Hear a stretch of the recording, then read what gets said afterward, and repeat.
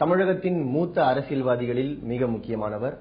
அண்ணா காலத்தில் தொடங்கி சுமார் 60 ஆண்டு கால அரசியல் அனுபவம் மிக்கவர். தேமுதிக என்ற கட்சி குறுகிய காலத்தில் எதிர்க்கட்சியாக உயர்வதற்கு வழிகாட்டியாக இருந்தவர். நேற்று வரை அந்த கட்சியின் அவைத் தலைவராக இருந்தவர் திரு பண்ருட்டி ராமச்சந்திரன் அவர்கள். அவரது திடீர் ராஜினாமா மக்கள் மத்தியில் பல்வேறு கேள்விகளை எழுப்பியிருக்கிறது. இந்த கேள்விகளுக்கெல்லாம் பதிலளிப்பதற்காக அவரே நம்மோடு இருக்கிறார். வணக்கம் சார். எம்ஜிஆர் அண்ணா காலத்தில் தொடங்கிய அண்ணா, எம்ஜிஆர் ஆகியோரோடு அரசியல் செய்தவர் நீங்கள். எம்ஜிஆர் உங்களை குட்டி ராமச்சந்திரன் என்றே செல்லமாக அழைத்தார். அரசியல் சாணக்கியர் என்று அந்த கால அரசியல் தலைவர்களிடையே பெயர் எடுத்தவர். அப்படிப்பட்ட ஒரு மூத்த அரசியல்வாதி ஒரு கட்சியில் இருப்பது அந்த கட்சிக்கு மிகப்பெரிய பலம் இல்லையா? உங்களை எப்படி தேமுதிகவினர் இப்படி ராஜினாமா செய்யும் நிலைக்கு விட்டாங்க? ஆரம்பத்தில் நல்லா தான் வந்தோம். மதுரை இடைத்தேர்தல்லாம் பார்த்தீங்கன்னா ஒரு 20% வாக்குகள் கூட தேமுதிக பெற்றது ஆரம்பத்தில். பிறகு படிப்படியாக அந்த வாக்கு குறைய ஆரம்பித்தது. அதுக்கு அரசியல் கூட காரணம் என்று சொல்ல மாட்டேன், கட்சியினுடைய நிர்வாகம் தான் அதுக்கு காரணம். கட்சியை நம்ம எப்படி இயங்க வைக்கிறோம் அப்படிங்கிற சட்டியில இருந்தால் கூட அது இலையில் பரிமாறுவதற்கு அகப்பை நன்றாக இருக்க வேண்டும். அதனால அந்த நிர்வாக அமைப்பு சரியா இல்லாதனால வர வர அந்த அதனுடைய கெடுதல்கள் வர ஆரம்பித்து விட்டன. அதே நேரத்தில் பல அரசியல் கட்சிகளிலிருந்து ஒரு நம்பிக்கையோடு வந்தார்கள் பல தலைவர்கள். அவங்கள பயன்படுத்திக் கொள்ளல. புரட்சித் தலைவர் எம்ஜிஆர் காலத்தில் அவர் எல்லாரும் வந்தவங்களெல்லாம் அரவணைச்சுக்கிட்டார். மன்றத்துக்காரங்க மந்திரி சபை அமைச்ச பொழுது அவர்கிட்ட கேட்டாங்க, மன்றத்துக்கு நீங்க மந்திரியே கொடுக்கலையே. அவர் என்ன சொன்னார், மன்றத்தின் சார்பில் நான் இருக்கிறேன்னா அது போதாதாங்க. அவர் அப்ப நல்ல ஒவ்வொரு துறையிலும் வல்லவர்களை எல்லாம் சேர்த்து பயன்படுத்தி வந்ததனால தான் வளர முடியுது. உதாரணத்துக்கு இப்ப நிதி அமைச்சர்னா டாக்டர் நெடுஞ்செழியன் இருந்தாரு, நாஞ்சில் மனோகரன் இருந்தாரு. அப்புறம் ஒவ்வொருவரும் இப்போ சினிமா துறை விளம்பரத்துறைன்னா ஆரம்பி இருந்தாரு. சட்டம்னா அப்ப நாராயணசாமி முதலியார் ஜட்ஜியை ராஜினாமா பண்ணி முடிஞ்சு ஓய்வு பெற்றவர், அவர் போட்டாரு. டாக்டர் மருத்துவத்துறைக்கு டாக்டர் ஹண்டையை போட்டார். அப்படி வந்தவங்களை சட்டத்துறைக்கு பொன்னையன், அந்த துறை சார்ந்தவர்களே அந்த துறையை, கல்வித்துறைக்கு ஆசிரியராக பணியாற்றிய அரங்கநாயகத்தையே போட்டாரு. எஸ்.டி. சோமசுந்தரம் அந்த மாதிரி ரெவன்யூ பாத்தீங்கன்னா பல பேர் அரவணைச்சாதான் ஜனநாயகத்தில் நம்ம வளர முடியும். கருப்பு எம்ஜிஆர்னு முன்னிறுத்தப்பட்ட விஜயகாந்த் அவர்கள் எம்ஜிஆருடைய இந்த பாணியில் செயல்படல அப்படின்னு சொல்றீங்க. போகல, அது ஒரு குறைபாடு. அதான் அந்த ஒரு நிர்வாகத்தை நம்ம எப்படி நடத்துறோம் அப்படிங்கறத பொறுத்து அமைகிறது. இன்னொன்னு அரசியல் ரீதியான முடிவுகள், அரசியல் நிலைப்பாடுகள். அரசியல் நிலைப்பாட்டிலையும் எச்சரிக்கையா நம்ம மக்கள் என்ன எதிர்பார்க்கிறார்களோ அதுக்கு தகுந்த மாதிரி நம்ம வளர்ந்துகிட்டே இருக்கணும். அது ஓரளவுக்கு வந்தது, அப்புறம் படிப்படியா குறைய ஆரம்பிச்சது. அது தொடர்ந்து தேமுதிக வேட்பாளர்கள் டெபாசிட்டி இழக்கிற நிலைமை வந்துட்டு. அதனாலதான் அப்புறம் சரி இனிமே தனித்து இயங்க முடியாது. திமுக அண்ணா திமுகவுக்கு இடையில ஒரு தனி சக்தியா இயங்கக்கூடிய ஆற்றலை குறைவா வர வர வர எழுந்துகிட்டே வந்தது. அதெல்லாம் அந்த நேரத்தில் தான் நம்ம கூட்டணி போட்டு அந்த ஒரு எதிர்கட்சி அந்தஸ்துக்கு வந்தது. எதிர்கட்சியா வந்த பிறகும் ஒரு ஆக்கப்பூர்வமா செயல்பட்டு நம்ம மக்கள் மன்றத்தில் வளர்ந்துருக்கோம். அது இல்லாம இப்ப எப்படி மற்ற எதிர்கட்சிகள் கலாட்டா பண்றாங்களோ அந்த மாதிரி பண்ண ஆரம்பிச்சது மக்களுக்கு ஒரு எரிச்சல் வந்தது. உதாரணத்துக்கு இப்ப திமுகன்னா அண்ணா திமுக ஆட்சி வரக்கூடாதுன்னு மக்கள்கிட்ட பிரச்சாரம் பண்ணுவாங்க.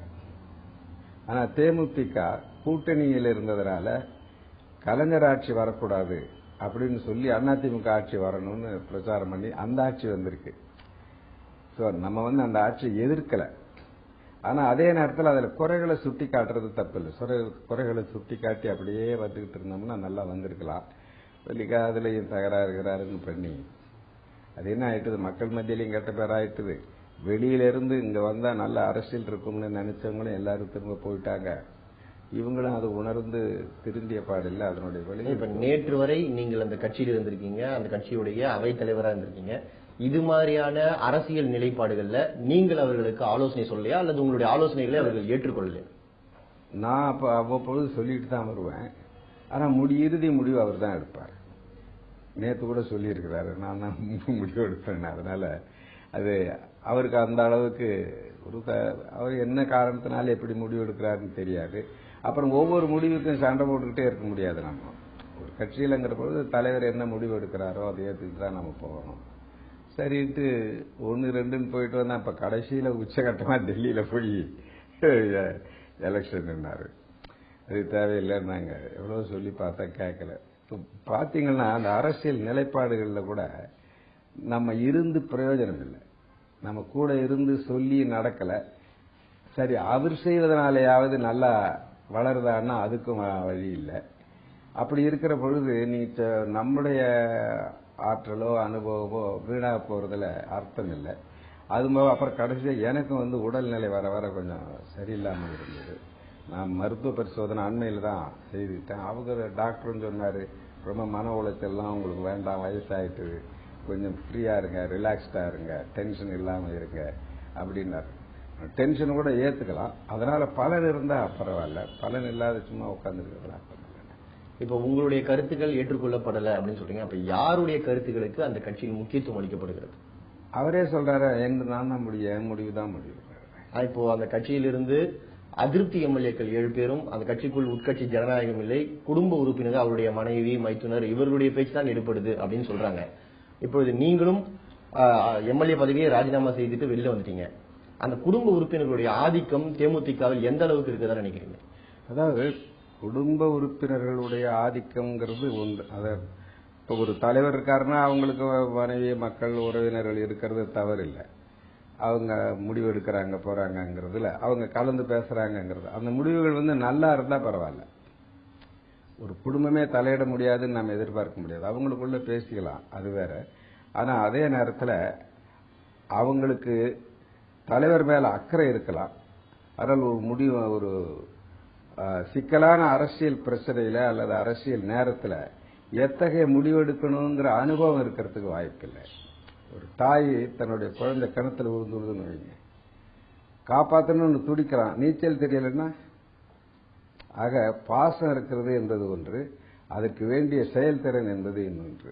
அது கொஞ்சம் அனுபவம் உள்ளவர்களெல்லாம் 4 பேர் கேட்டுக்கிட்டு செய்தாங்கன்னா நல்லது, அது செய்யலாம். இப்ப நீங்களே சொன்னதை போல ஆரம்பத்தில் அது சுமூகமாகத்தான் போயிருக்கிறது. உங்களுடைய ஆலோசனைகளை அவர் விஜயகாந்த் கேட்டுக்கொண்டிருக்கிறார். திடீரென இந்த மனமாற்றம் ஏற்பட உங்களுடைய முக்கியத்துவம் குறைக்கப்படுவதற்கு என்ன காரணம் நினைக்கிறீங்க?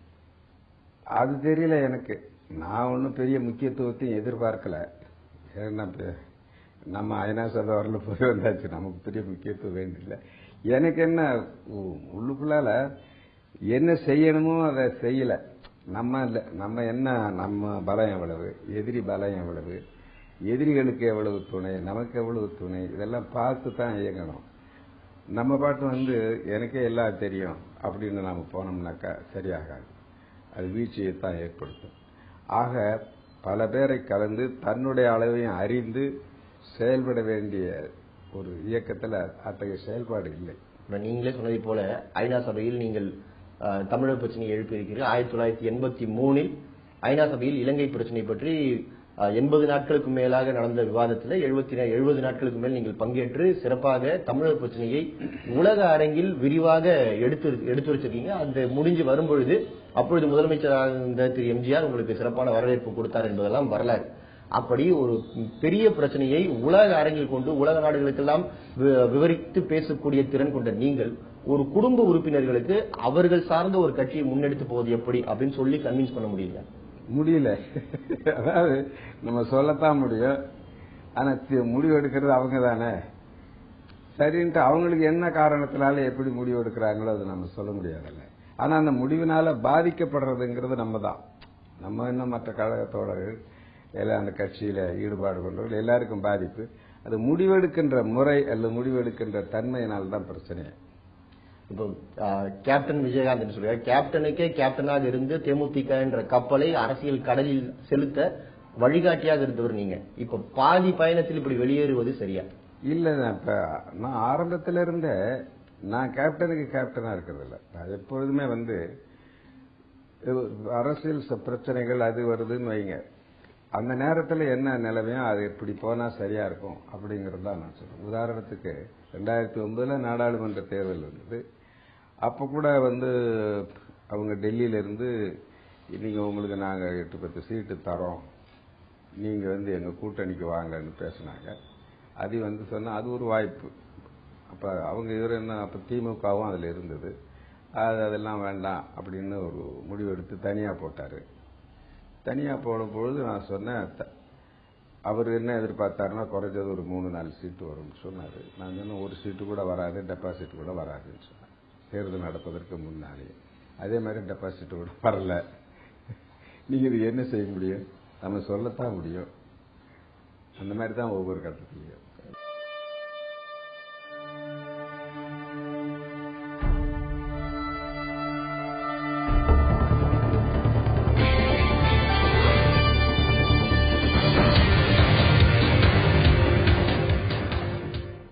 இதுக்கு முன்னர் நடந்த தேமுதிகவுடைய செயற்குழு கூட்டத்தில் பங்கேற்காம நீங்க விருதாச்சலத்தில் நடந்த ஒரு திருமண விழாவுக்கு போயிட்டீங்க. அப்புறம் விஜயகாந்த் பேச்சுவார்த்தை நடத்தி அதன் பிறகுதான் நீங்க காலதாமதமாக வந்து அந்த செயற்குழு கூட்டத்தில் கலந்துக்கிட்டீங்க. இப்படி வேண்டுமென்றே தலைமைக்கு தர்ம சங்கடத்தை ஏற்படுத்தினீர்கள்னு ஒரு குற்றச்சாட்டு இருக்கு. அது எனக்கு செயற்குழு அன்னைக்கு நடக்குதுங்கிறது தெரிவிக்கப்படவே இல்லை.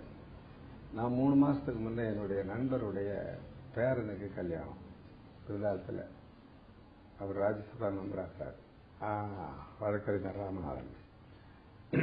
அவருடைய அந்த வீட்டு திருமணத்துக்கு நான் ஒத்துக்கிட்டேன். நான் தான் அதுக்கு முக்கியம், தாலியெல்லாம் எடுத்து கொடுக்கறது அதெல்லாம் நான் தான் பண்ணணும். நான் அங்க இப்ப திருமணத்துக்கு ஒத்துக்கிட்ட பிறகு இவங்க வந்து திடீர்னு செயற்குழுன்னு இப்ப சொன்னாங்க. நான் அப்புறம் இதை அவங்க கிட்ட சொல்லிட்டு இந்த மாதிரி நான் அங்க போறேன்னு சொல்லிட்டு போயிட்டேன். நான் அப்புறம் வந்து இந்த மாதிரி நியூஸ் பேப்பர் எல்லாம் போடுறாங்க, நீங்க புறக்கணிக்கிறீங்க அப்படின்றது. அப்புறம் நான் திருமணம் அங்க முடிச்ச பிறகு வந்துட்டேன். இப்போ இந்த செயற்குழுவுக்கு நீங்க கொடுக்க விளக்கம் சரி. சட்டசபையிலிருந்து தேமுதிக உறுப்பினர்கள் வெளிநடப்பு செய்யும் பொழுது அவைத்தலைவராக இருக்கக்கூடிய நீங்கள் மட்டும் அங்க அமர்ந்திருப்பது கட்சிக்குள்ள ஒரு கட்டுக்கோப்பு இல்லை என்ற தோற்றத்தை உருவாக்குது, கட்சிக்கு அவப்பெயரை விளைவிக்கும் வகையில அவைத்தலைவரே செயல்படுறார் அப்படின்னு தேமுதிக ஒரு குற்றச்சாட்டு இருக்கு. அதாவது அவங்க வெளிநடப்பு பண்ணணுங்கிற முடிவு அவங்களா எடுத்துட்டு என்கிட்ட சொன்னாங்க. அங்க அந்த தமிழரசன் எம்எல்ஏ பேசும்போது ஏதோ சொல்லிட்டாரு அப்படிங்கிறதுக்காக பண்றாங்க. அது நான் தான் அன்னைக்கு வந்து விவாதத்தை முடிச்சு வைத்து எதிர்கட்சி தலைவருங்கிற முறையில பேசுறேன்.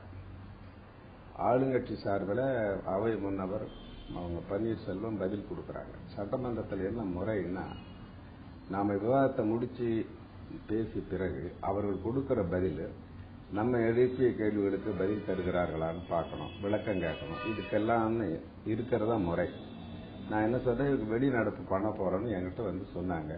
நீங்க வெளிநடப்பு பண்ணுங்க, ஆனா என்னுடைய விவாதத்துக்கு அவங்க பதில் கொடுப்பாங்க, நான் இருந்து கேட்டுட்டு வரேன்னு அவங்க கிட்ட சொல்லிட்டேன். நான் சொல்லிட்டு அப்புறம் கேப்டன் தாக்கல் போட்டுட்டாங்க. இப்ப இந்த மரபுபடி நடந்ததாக நீங்க சொல்றீங்க. இதை வந்து நீங்க கட்சி தலைவருக்கு வெளியில் வந்த பிறகு சொன்னீங்க, அந்த விளக்கத்தை அவர் ஏற்றுக்கொண்டார். அவர் ஏற்றுக்கொண்டார், சொல்லிட்டேன். அதுல வந்து கருத்து முரண்பாடு எதுவும் இல்லை. இப்போ சட்டசபையிலேயே கூட நீங்கள் துணை நிதிநிலை அறிக்கையின் மேல பேசும்பொழுது தமிழகத்தில் நிலவும் மின்வெட்டு போன்ற பிரச்சனைகளுக்கு மத்திய அரசு தான் காரணம் அப்படின்ற ரீதியில் பேசுறீங்க. இது அதிமுகவோடு நீங்கள் இணக்கமாக போவதற்கான ஒரு அறிகுறியாக தெரிகிறது அப்படின்னு ஒரு குற்றச்சாட்டு முன்வைக்கிறாங்க. நான் மின்வெட்டு பற்றி பேசல, நிதி பற்றாக்குறையை பற்றி பேச.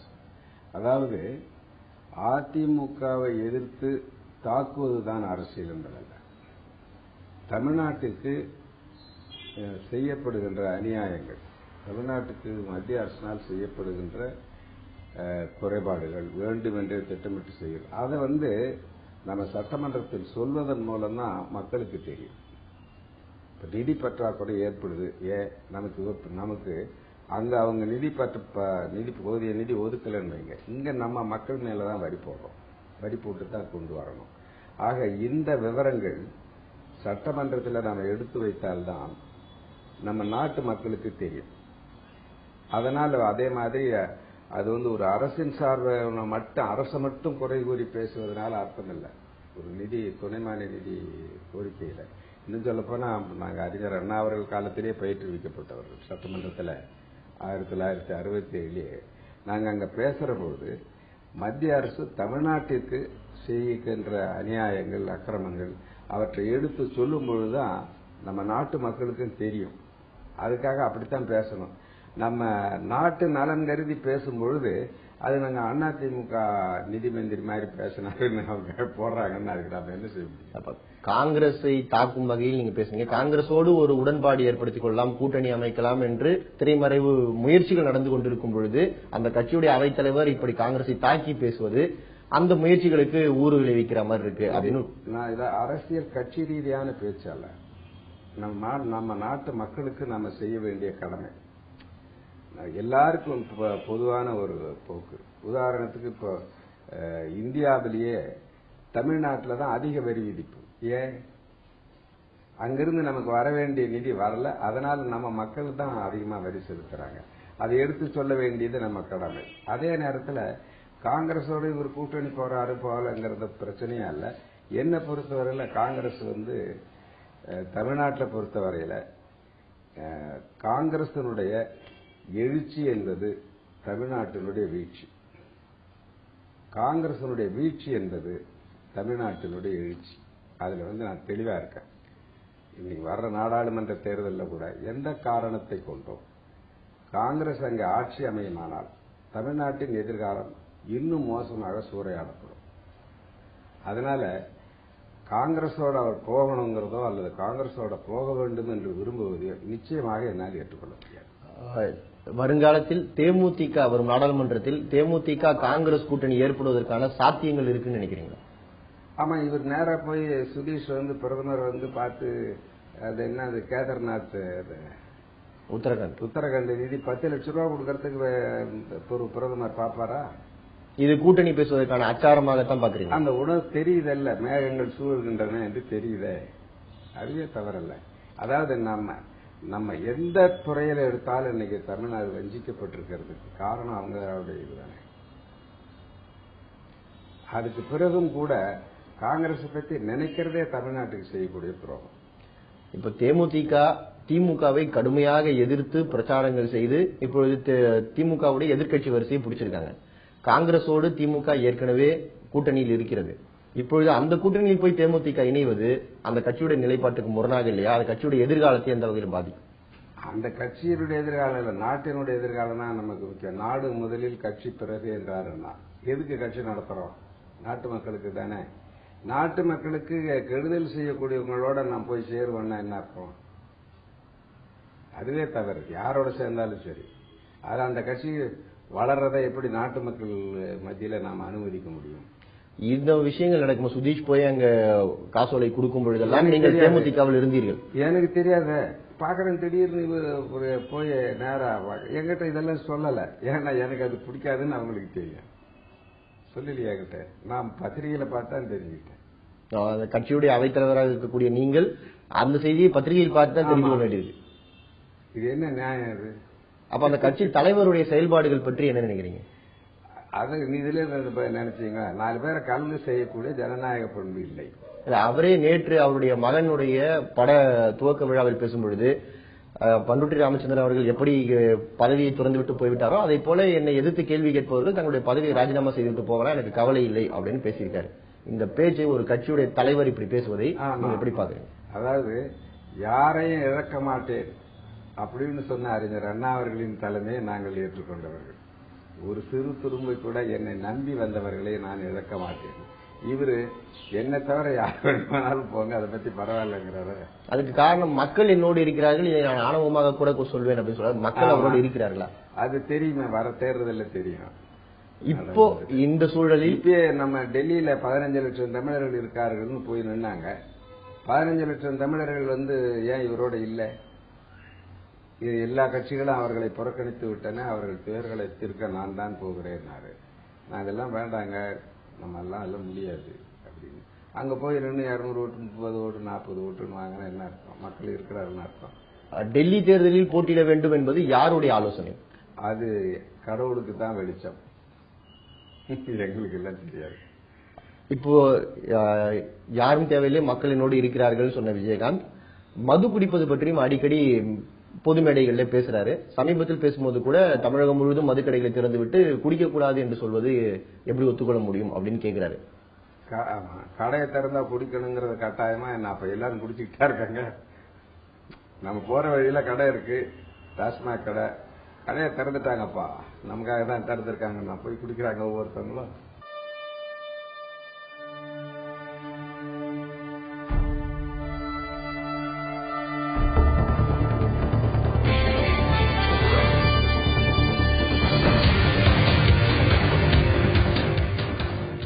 தேமுதிக தலைவர் விஜயகாந்த் மீது வைக்கப்படும் மற்றொரு முக்கிய குற்றச்சாட்டு, அவர் தன்னுடைய கட்சி உறுப்பினர்களை நாடாளுமன்ற வேட்பாளராக நிறுத்தப்படுபவர்களை கூட பொது இடங்களிலேயே அடிக்கிறார் அப்படின்னு ஒரு குற்றச்சாட்டு இருக்கு. அதை பற்றி நம்ம அவர்கிட்ட கேட்டோம்னா, வீட்டில் பசங்களை நம்ம அடிச்சு வளர்க்குற மாதிரி தான், இது உரிமையோடு தான் அடிக்கிறேன் அப்படின்னு சொல்றாரு. இதை பத்தி நீங்க என்ன? அதாவது அடி வாங்கினவங்களை கேட்டாதான் நமக்கு உண்மை தெரியும்.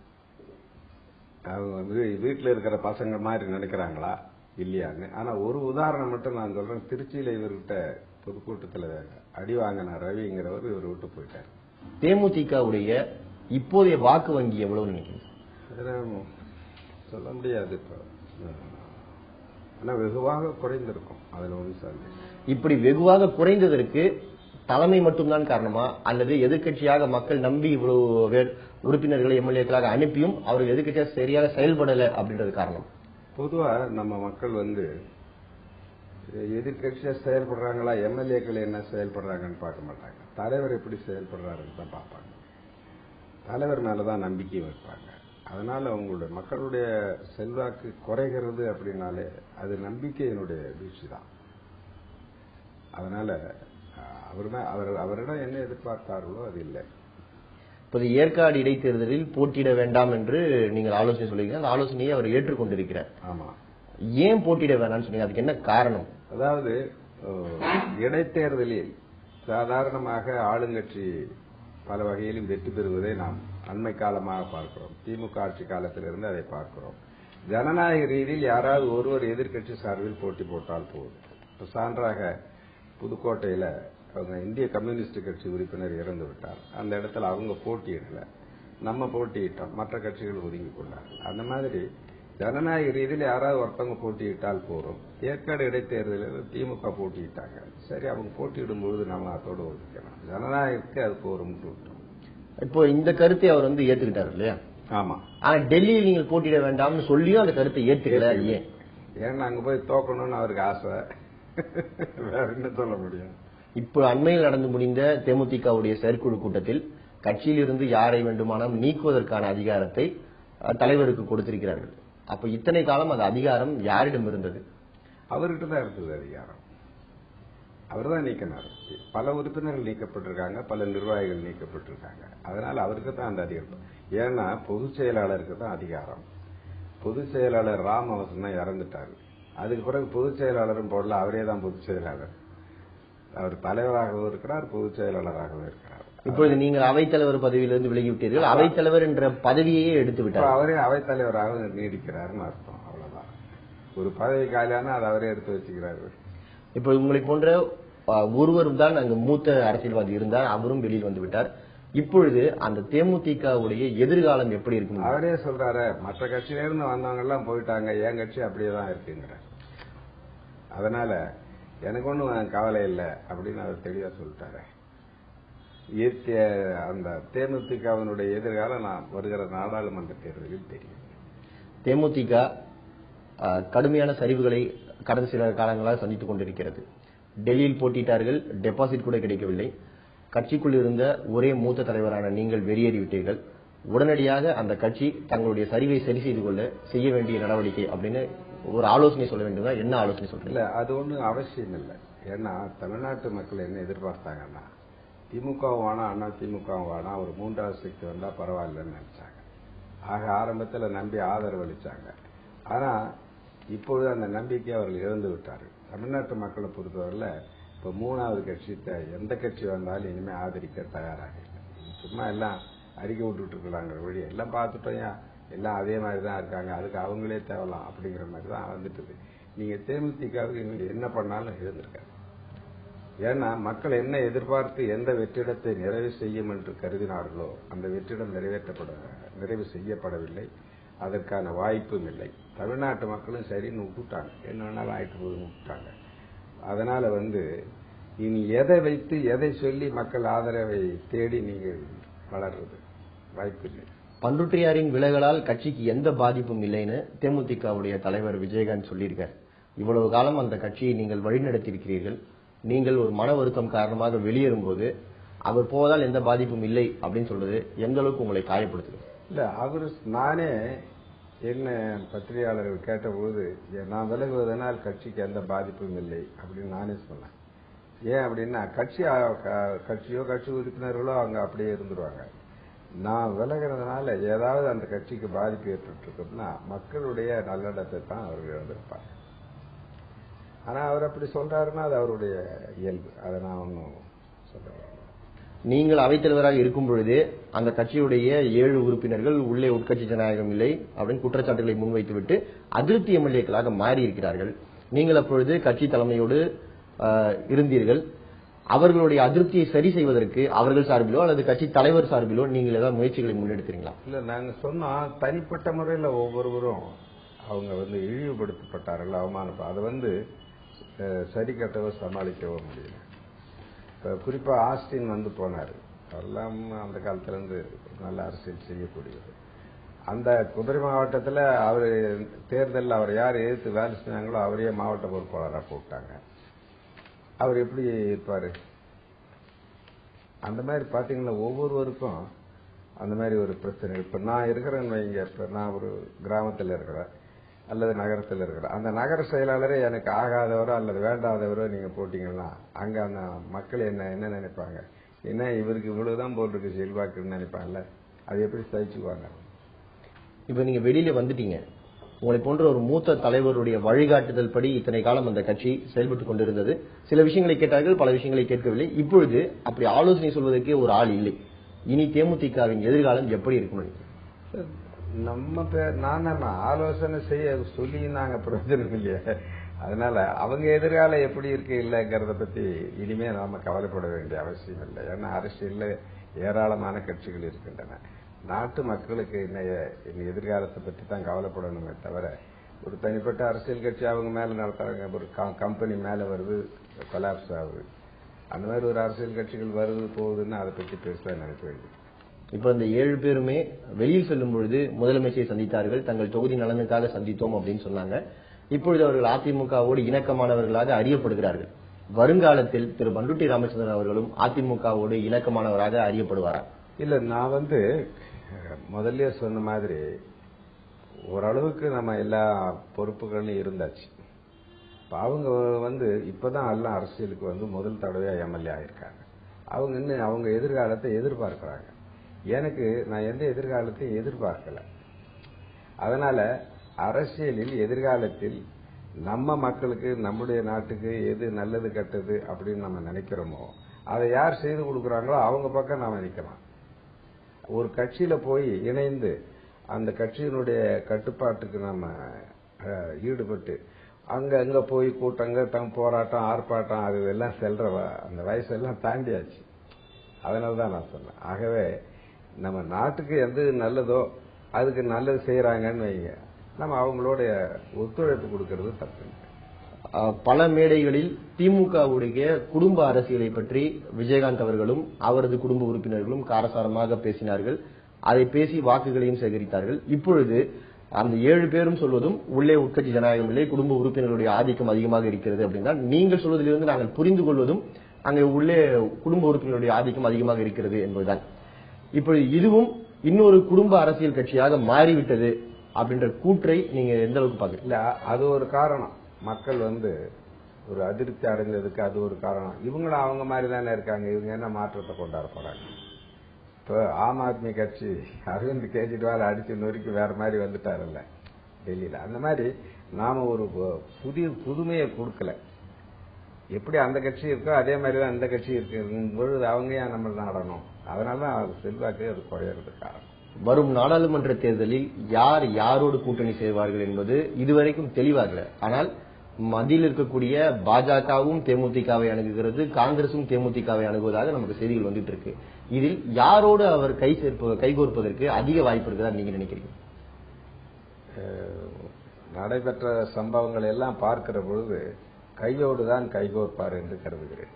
அதுக்கு ஏதாவது காரணங்களை எந்த காரணங்கள் அடிப்படையில் நீங்க இந்த முடிவுக்கு வந்தீங்கன்னு தெரியும். ஏன்னா அவர் தன்னுடைய தலைமையை ஏற்றுக்கொள்ளக்கூடிய கட்சிகளோட தான் கூட்டணி சேருவேன்னு சொல்றார்.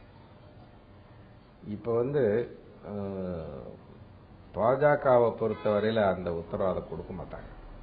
ஏன்னா அவங்களுக்கு பல சூழ்நிலைகள் இருக்குன்னு நான் நினைக்கிறேன்.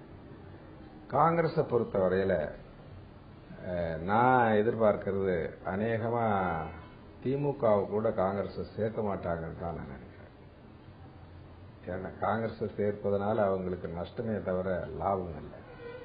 அப்ப அவங்களும் அப்படி விடுற பொழுது காங்கிரஸுக்கு வேற யாரும் இல்லை, தேமுதிகவோட சேர்றதுக்கு வாய்ப்பு இருக்கு. அவங்க தேமுதிக 2016 அவங்க தலைமை ஏற்றுக்கிட்டோன்னு கூட சொல்லலாம். ஆக காங்கிரஸில் சேருவதற்கான வாய்ப்புகள் அதிகம் என்று கருது.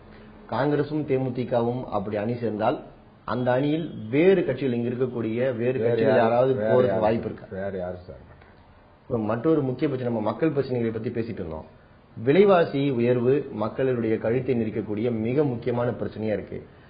இதற்கு மாநில அரசு தான் காரணம் என்று மத்திய அரசு குற்றம் சாட்டுகிறது, மத்திய அரசு தான் காரணம் மாநில அரசு சொல்லுது. இப்ப இதுக்கு முக்கியமான காரணம் யார் இந்த விலைவாசி உயர்வை கட்டுப்படுத்த நடவடிக்கை எடுக்கணும்னு நினைக்கிறீங்க? விலைவாசி உயர்வுக்கு முக்கியமான காரணம், முக்கியமான பொறுப்பு யார் ரூபாய் நோட்டு அச்சடிக்கின்ற அதிகாரம் வைத்திருக்கிறார்களோ அவர்கள் தான் பொறுப்பு. உதாரணத்துக்கு 10 நாற்காலி இருக்கு, 100 ரூபாய் பணப்புழக்கத்தில் இருக்குன்னு வைங்க. ஒரு நாற்காலி விலை 10 ரூபாய். அவங்க பணம் அடிச்சு நோட்டு அடிச்சு நாற்காலி உற்பத்தி அதிகரிக்காம 200 ரூபாய் பண்றாங்கன்னு வைங்க பணப்புழக்கம். 10 நாற்காலியும் விலை 20 ரூபாய் ஆயிடும் ஒரு நாற்காலிக்கு. 10 ரூபாயிலிருந்து 20 ரூபாய் ஆனதுக்கு யாருமே காரணம் இல்லை, இவங்க நோட்டு அடிச்சு விட்டாங்கன்னா காரணம். ஆக நோட்டு அடிக்கிற அதிகாரம் யாரிடம் இருக்கிறதோ, ரூபாய் நோட்டுகள் அடிக்கிற அதிகாரம் யாரிடம் இருக்கிறதோ அவர்கள் தான் இதற்கு காரணம். அப்புறம் இந்த கள்ள நோட்டு அடிக்கிறவர்களும் இதுக்கு காரணம். ஏன்னா அவனும் ரூபாய் நோட்டு அடிச்சு விட்டு பணப்புழக்கத்தில் விட்டுக்கிட்டு இருக்காங்க. தேமுதிக தலைவரை பற்றி ஏற்கனவே நிறைய கேள்விகளை கேட்டோம். அதுல ஒரு முக்கியமான கேள்வி, அவர் சட்டசபைக்கு வருவதை தொடர்ந்து தவிர்க்கிறார். நீங்கள் ஒரு மூத்த அரசியல்வாதி, அண்ணா காலத்திலிருந்து சட்டசபையில் பிரதிநிதித்துவத்தை படுத்திக் கொண்டிருக்கிறவர். இப்படி மக்களால் தேர்ந்தெடுக்கப்பட்ட ஒரு உறுப்பினர் அவைக்கு வராமல் தவிர்ப்பது சரியானதா? அதற்கு உரிய காரணம் இருந்தாலும் அப்படி வராமல் இருக்கலாமா? அது இந்த கேள்வி அவரைதான் நமக்கு நீங்க கேட்கணும். ஆனா ஒண்ணு மட்டும் பொதுவா தற்போதைய அரசியல் சொல்றது, எல்லாரும் தன்னை புகழணும் அப்படின்னு தான் நினைக்கிறாங்க. சட்டமன்றத்தில் எதிர்கட்சி தலைவராக இவர் வராருன்னு வைங்க, ஆளுங்கட்சியை சேர்ந்தவர்கள் எப்படி இவரை புகழ்வார்கள்? தேமுதிகவை சேர்ந்த எம்எல்ஏக்கள்லாம் புகழ்வாங்க. அந்த எதிர்ப்புரையோ அல்லது குறை சொல்றதையோ அல்லது இவரை பற்றி குறைச்சால்றதையோ தாங்கி கொள்ளக்கூடிய இது கிடையாது, பொறுமையும் அது சக்தியே கிடையாது. நம்ம குறை சொன்னா கூட சொல்லட்டும்னு தாங்கணும், அதெல்லாம் அவங்களால முடியாது. அது ஒரு காரணம் அவர் வராது. நீங்கள் இத்தனை காலம் தேமுதிக தலைவர் விஜயகாந்தோடு இருந்திருக்கிறீர்கள், அவர்களுக்கு ஆலோசனை வழங்கியிருக்கிறீர்கள். அவர் ஒரு சிறந்த எதிர்க்கட்சி தலைவராக விளங்க வேண்டும் என்றால் உடனடியாக தன்னிடம் திருத்திக் கொள்ள வேண்டியது அல்லது மாற்றிக்கொள்ள வேண்டிய குணம் அப்படின்னு ஒன்று சொல்லணும்னா என்ன சொல்லுவீங்க? அதெல்லாம் அவங்க யாராலையும் மாற்றிக்க முடியாது. நம்ம சொல்றதுனால நான் தான் சொல்றேன், ஒவ்வொருடைய இயல்பு அது. ஆறுகள் கூட தங்கள் போக்கை மாற்றிக்கொள்ளலாம், மலைகள் கூட தங்கள் நிலைகளை மாற்றிக்கொள்ளலாம், ஆனால் மனிதர்கள் மாறுவதில்லை. தேமுதிக அவைத்தலைவர் பதவியில் இருந்து ராஜினாமா செய்ததற்கான காரணங்கள், உண்மையில் அந்த கட்சிக்குள் உட்கட்சி ஜனநாயகம் இருக்கிறதா போன்ற பல்வேறு கேள்விகளுக்கு ஆழமாகவும் அழுத்தமாகவும் திரு பண்ருட்டி ராமச்சந்திரன் அவர்கள் விடையளித்தார். இதே போன்ற ஒரு சிறப்பு நிகழ்ச்சியில் மீண்டும் சந்திக்கலாம். வணக்கம்.